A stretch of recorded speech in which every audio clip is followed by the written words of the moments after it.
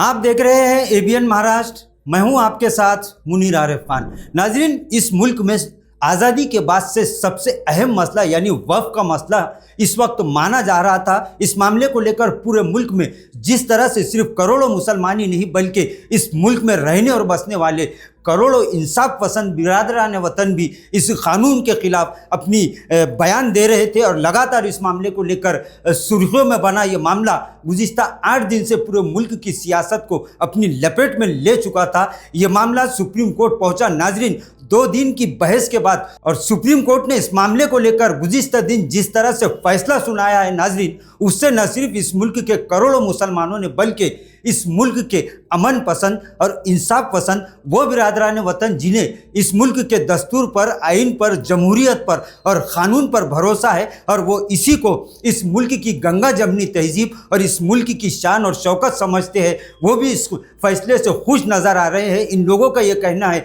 कि इस मुल्क में अब भी इंसाफ जिंदा है, क्योंकि सुप्रीम कोर्ट ने जिस तरह से पार्लियामेंट और राज्यसभा के मंजूर किए गए फैसले को नाकारा है, जिस तरह से टिप्पणियां और जो तनकीद मरकजी सरकार और इस कानून को बनाने वालों पर की है, नाजरीन इस मुल्क में इस बात को फिर एक मर्तबा कहा जा सकता है कि इंसाफ इस मुल्क में अब भी ज़िंदा है। और सुप्रीम कोर्ट ने जिस तरह से नाजरीन फैसला सुनाया है वो वाकई न सिर्फ काबिल तारीफ़ है बल्कि इस मुल्क के जुडिशरी से ताल्लुक़ रखने वाले तमामी छोटे बड़े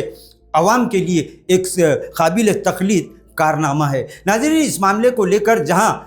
इंसाफ पसंद अवाम ने और करोड़ों मुसलमानों ने खुशी और राहत का इजहार किया, इस मुल्क की सैकड़ों दीनी मिली तंजीमों के साथ साथ all India Muslim personal law board, Jamaat Islami Hind, Jamiat Ulama Hind, Arshad Madani और इसी तरह से तमामी अपोजिशन सियासी जमातों के नेताओं ने और अरकान पार्लियामेंट ने जहाँ पर राहत और इत्मीनान का इजहार किया है, वहीं नाजरीन सुप्रीम कोर्ट के इस फैसले को लेकर चंद ताकतों के पेट में मरोड़ होना शुरू हो चुकी है। यही वजह है कि वो इस मुल्क की सबसे बड़ी अदालत पर भी अब जिसने इंसाफ पर मबनी फैसला सुनाया है उसके खिलाफ उंगली उठाते दिखाई दे रहे हैं। नाज़रीन, वहीं इस मामले को लेकर एक बहुत बड़ी खबर भी सोशल मीडिया पर वायरल हो रही है। दरअसल लोकसभा और राज्यसभा में ये बिल मंजूर होने से पहले नाज़रीन इस मामले को लेकर जेपीसी बनाई गई थी और जॉइंट पार्लियामानी कमेटी ने इस मामले को लेकर कई तरह की मीटिंगें भी की और इस तरह का दावा किया कि कई महीनों तक इस मामले को लेकर अवाम से और तमामी दीनी मिली तंजीमों से चर्चा की गई। लेकिन नाज़रीन,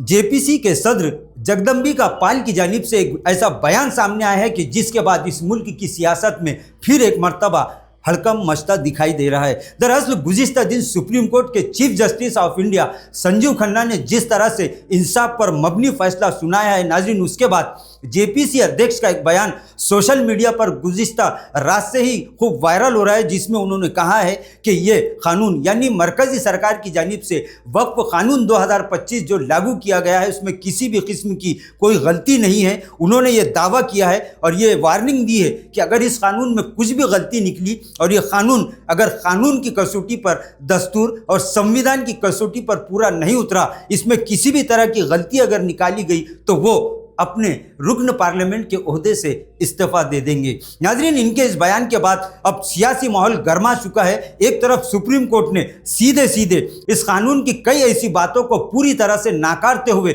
मरकजी सरकार को वार्निंग दी है, चेतावनी दी है और ये कहा है कि जब तक इस मामले का कोई आखिरी और हतमी फैसला नहीं हो जाता वक्फ कानून में किसी भी तरह की तरमीम नहीं होगी। यानी कुछ ऐसे बातें और कुछ ऐसे पॉइंट मरकजी सरकार को सुप्रीम कोर्ट के चीफ जस्टिस ने सुनाई है नाजरीन, जिसके बाद इस मुल्क के अमन पसंद आवाम में एक तरह की खुशी का इजहार किया जा रहा है। लेकिन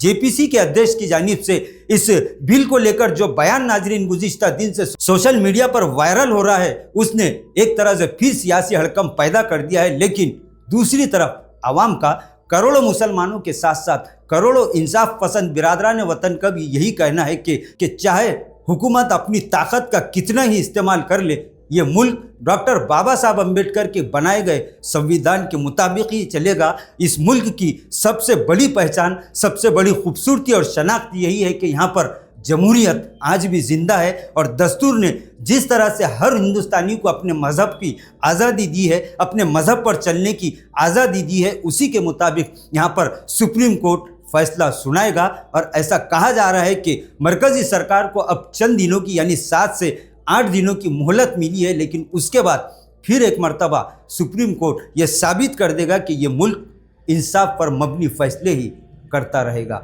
नाज़रीन, आज के लिए बस इतना ही। फिर मुलाकात होगी कुछ नए वीडियो के साथ। तब तक के लिए हमें इजाज़त दीजिए। अल्लाह हाफिज़।